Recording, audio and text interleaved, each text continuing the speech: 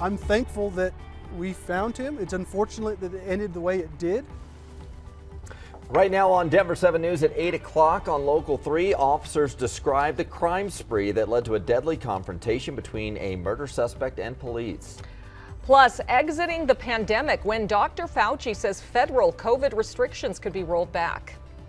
Also, is getting a later start to school a good idea for your kids' health? The new options Denver Public Schools is considering. This is not about coddling students. This is about responding to the science to set our students up for success. Hey, I like sleeping in. I know my husband who takes the kids to school likes sleeping in. He would be behind this idea. Well, my kids are already up at like 6 a.m. So the shorter wait time between then and school is better. It's better for you guys. Fewer times you have to yell, "Where are your shoes?" That's right. Yes. We've got a nice start to our day. Beautiful right now. You're going to find lots of sunshine. Things will change up tomorrow. Kids may want to rethink what they're wearing to school tomorrow as snow develops. But today, beautiful sunny skies. We're at 36 degrees in Denver, starting to see more of a warm up. And look at the dog walking forecast. We're going to be here by about 9 o'clock in the low to mid 40s. We're going to hit highs right around 55 to near 60 degrees. That pushes us a good 10 to about 15 degrees above normal this afternoon. Denver under, again, plenty of sunshine. Now, the winds picked up a bit yesterday. I know I was trying to run in it. Today, you're going to find wind speeds at about 10 to 20 miles per hour. A little bit gustier in through the northern Front Range Mountains. Those winds out of the west, though, so it's just going to continue to eat away at some of the snow that's still out on some of the side streets and in those shady spots. Mid 50s, mid to upper 50s for highs. We've got Parker at right around 56 today. Highlands Ranch near 60.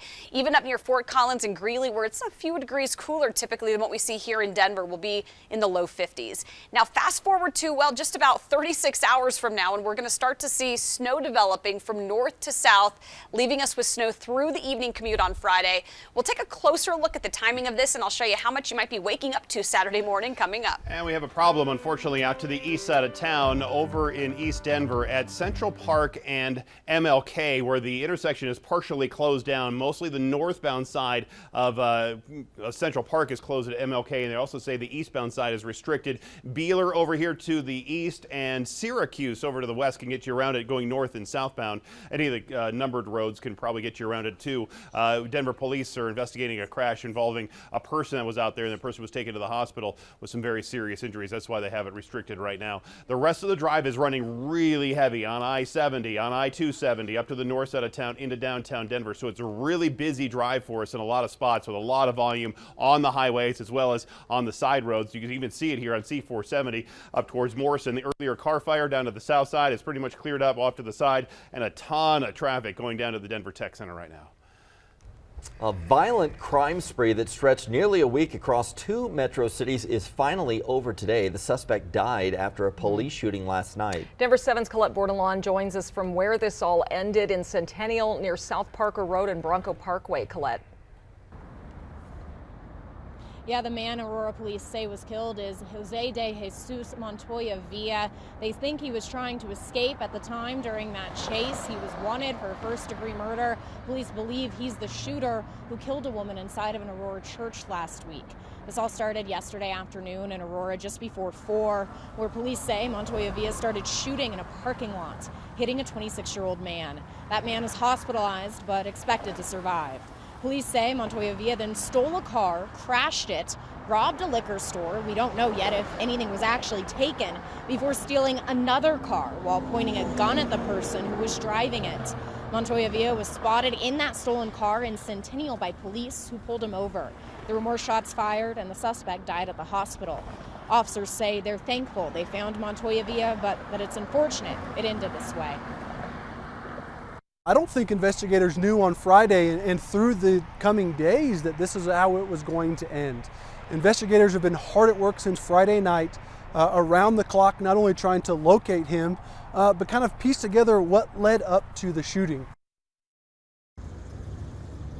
The Aurora police chief says she's relieved none of her officers were hurt during the chase. She also says they stopped a dangerous criminal from further victimizing the community. Now, the officers who opened fire are on leave. That's typical in these kinds of cases. They were wearing body-worn cameras at the time. That footage will be used in the investigation going forward. We're live in Centennial this morning. Colette Bordelon, Denver 7. All right, thank you, Colette. Well, a man wanted for killing 2 people in southeast Douglas County is now in custody. The sheriff's office says Casey Duvall was arrested in Salina, Kansas last night. Sources tell Denver 7 he shot and killed his sister and another person inside a home along Russellville Road near Franktown Tuesday. Investigators have not said anything about a possible motive. Today, friends and family will say their final goodbyes to the 5-year-old little boy killed in an Aurora apartment fire. Funeral services for Abner Salmeron Bautista Jr. will be held today. Officials say he died in a fire that was intentionally set by a neighbor. Last night, the community gathered at La Machaca restaurant on East Colfax for a benefit dinner, and the proceeds will go to Abner's family as they pay for funeral expenses. La Machaca will also hold another benefit tonight from 5 to 8 p.m. There's a cover charge of $20 for adults and $8 for kids. And again, all proceeds will go to the Bautista family. The Table Mesa King Soopers in Boulder will be open for its first full day today after being closed since the mass shooting last March. It was an emotional day yesterday as the store officially reopened its doors. Before the reopening, the community gathered to honor the 10 Coloradans killed in the shooting. I'm still crying, very emotional. I got flowers and I put them against the wall there. I said I would be here for this grand opening to let them know that we're 100% behind them. We pick up and we persevere. And later this spring, a tree garden will be planted outside the store. Each tree will represent one of the 10 lives lost in the shooting. We do have some breaking news this morning on the West Coast. A fast-moving brush fire is prompting evacuations near Laguna Beach, California. You can see the heavy smoke out there right now. This is aerial video, and you can see just how close it is to homes. It's being called the Emerald Fire because it's very near the Emerald Bay neighborhood, and you can see the Pacific Coast Highway, the PCH, that runs right through there. Strong winds are forcing that fire down a hillside. Very similar to how the Marshall Fire spread here a little more than a month ago, so certainly a scary situation, and we will be keeping our eye on it this morning. Meanwhile, this afternoon, Boulder County will award the contract to clean up debris from the Marshall Fire. It isn't clear what started it yet, but investigators are looking into an abandoned coal mine fire as one possible source. It comes as the federal government is giving Colorado nearly $10 million for abandoned coal mine fires. The Department of the Interior says that money is part of the government's plan to clean up these sites over the next 15 years. Today, Colorado lawmakers will discuss changing who investigates our wildfires. Right now, it's left up to local fire departments and governments, but a proposed bill would require the state to investigate the fire causes. Today, a Senate Committee for Agriculture and Natural Resources will debate the bill. Turning to the latest developments on vaccinating the youngest Americans, the Centers for Disease Control and Prevention has documents out showing the rollout could begin as soon as February 21st. Food and Drug Administration advisors will meet early next week to discuss the authorization. Meanwhile, a protest over vaccine requirements and COVID restrictions might disrupt Sunday's Super Bowl. Homeland Security issued a warning that a convoy of truckers could impact the game in LA. The agency has received reports of drivers planning to potentially block roads in major U.S. cities. These types of protests have occurred in Canada recently. The convoys threaten to worsen already bad supply chain issues. Meanwhile, Dr. Anthony Fauci says he hopes all COVID restrictions will be stopped in the coming months. He told the Financial Times, quote, "As we get out of the full-blown pandemic phase of COVID-19, these decisions will increasingly be made on a local level rather than centrally decided or mandated. More people will make their own decision on how they want to deal with the virus." Denver Public Schools is dropping its mask requirement. The district announced the rule will end at midnight on February 25th, 2 weeks from now.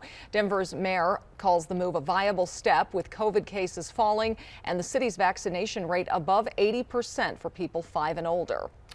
Still, the White House is urging students, teachers, and parents to follow CDC guidelines. That agency is still recommending universal indoor masking in schools, regardless of vaccination status.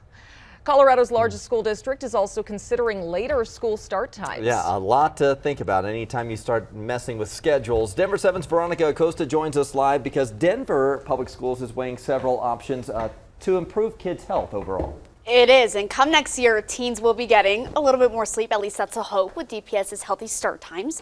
Denver Public Schools actually introduced this concept back last year in 2021. That was following a Board of Education's resolution. So here's the plan. All DPS middle and high school students, they're going to start class no earlier than 8:20 in the morning. And to give you a little bit of perspective, some of those middle and high schools, they start as early as 7:40 in the morning right now. So this would give students at least 40 more minutes of sleep. And of course, it's all in order to support those healthier sleeping habits in teenagers.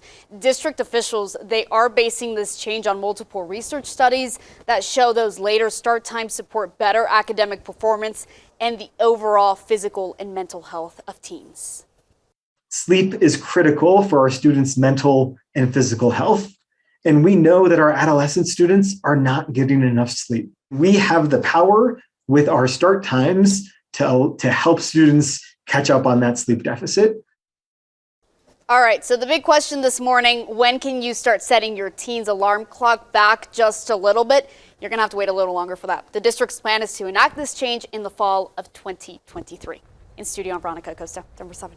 Hey, a little more sleep. I'll never complain about that. All right. All right. Thank you, Veronica.